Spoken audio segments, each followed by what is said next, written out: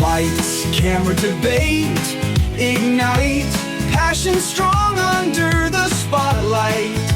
Tune in for the clash, tune in for the spark. The critic and the cynic light up the dark.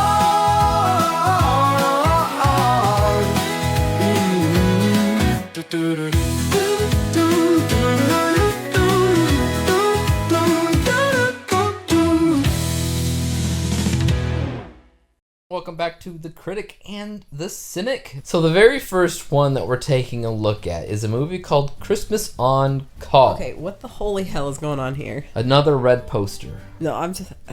It looks like it's a hospital thing, okay? If you look real closely at the poster, they're sitting on a heartbeat monitor, basically, where the heartbeat is, okay? They're sitting on a tinsel-made heartbeat. We have a guy who's wearing an EMT type of situation, and we have a nurse. All right, and on call, that makes sense. So historically, the first of the week has been the worst, and I'm gonna just go ahead and call that this looks like it's gonna be a shit show. Why? It looks lame. Okay, I don't see where you're getting that, but yes, there has been a slight curse with the movies thus far, that the first of the week has also been the worst of the week. We'll see though. Let's take a look at the tagline of this movie, which is First Responders in the Line of Love. Oh my god. What? That sounds awesome. Terrible. Oh my god. Let's go ahead and read the premise, what we got here. The lives of the first responders in Philadelphia intersect over the holiday season while juggling work, personal lives, and their dedication to protect and serve their city. Yeah, I think that's my problem with it. We're dealing with serious professions here, and they're just smiling like, I'm gonna go have some eggnog later. Well, what is it? Okay, yeah, I do see a problem there, or at least a possibility of a problem, because isn't Christmas, or just the holidays, technically one of the most depressing seasons of the year for people who work in hospitals, medical fields, because people end up killing themselves all over the holidays because they're lonely. Yeah, I just think this is problematic. It's problematic, but I don't know. What we got? Sir Darius Blaine as Wes Sullivan, the EMT guy, and then we have Sarah Canning as Hannah. She does look familiar. I've seen her recently. Saw her in Superhost. That was something that I had a screener to a couple years back. She was Nancy Drew as Catherine Drew. Interesting. She was in 45 episodes. Jenna. That is where, yeah, Aunt Jenna. Aunt Jenna? Yeah, the aunt who was taking care of Elena and Jeremy after their parents died. Okay, so she was in like the first two or three seasons of the Vampire Diaries. Of the Vampire Diaries. She was in 45 episodes of that. So that's where she's immediately. That's where I know her. Well, I just said that she looks immediately familiar, like something I saw her recently, and we just went through the Vampire Diaries. So that's where I'm thinking of her probably most recently. Yeah. All right, so that answers that question. I'm just gonna call it. This one's gonna be a stinker. You think it's gonna be a stinker? Yes, I do. I don't know. I mean, medical things are touch and go for me. Okay, but this is going to be a medical movie with Christmas cheer. Okay, we've got some problems. Christmas cheer. Like, drama is fine. Yeah. This is not gonna work. So, okay, you're gonna say it's a stinker. I'm gonna say it could be touch or go. I honestly don't know. 2 hours later. And we just saw Christmas on Call. Or did we? Well, he did it. He actually did it. I did it. It's time. My veto button has been pushed. No, God! You were begging me the entire time to do it. I was giving it its fair shot for a few different reasons. I know that hospitals don't shout Christmas, but at the same time, I am a fan of various medical dramas on TV, and even if you just take Christmas out of the equation, just to enjoy it as a medical thing, I was hoping for something good there. Granted, I don't really know how many minutes we watch, but About 20, just like last minutes. time. Okay. So, the tone was weird. The tone was weird. Like I said before, I understand why they are making this movie and featuring first responders, because these people need to work on Christmas. And like we said, Christmas isn't something that you feel when you think about a hospital.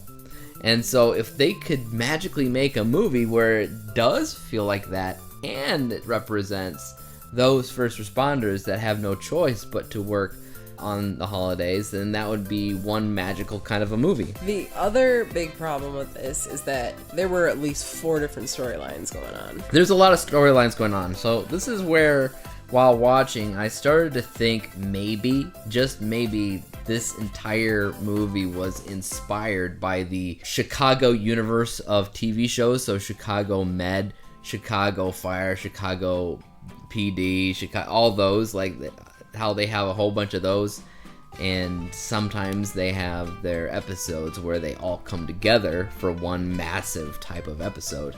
And it felt like it was just kind of inspired by that, because any one of those shows, you're gonna have these side characters that show up from now and then that are having their own issues and dealing with their own things. But here we have a movie where we don't know who these people are, and we're just supposed to accept all of their problems, and okay, I'm not.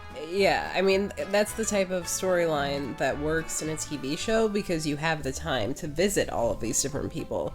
But in this case, it was, oh, here's what these 2 are up to.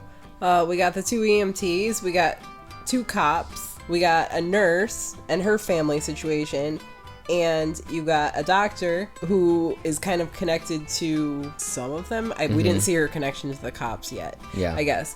But it's just too much. That was all in 20 minutes. Yeah, and so the main thing that I was hoping for, I had my fingers crossed on, was that I wouldn't make a decision to veto this movie until the inciting incident occurred.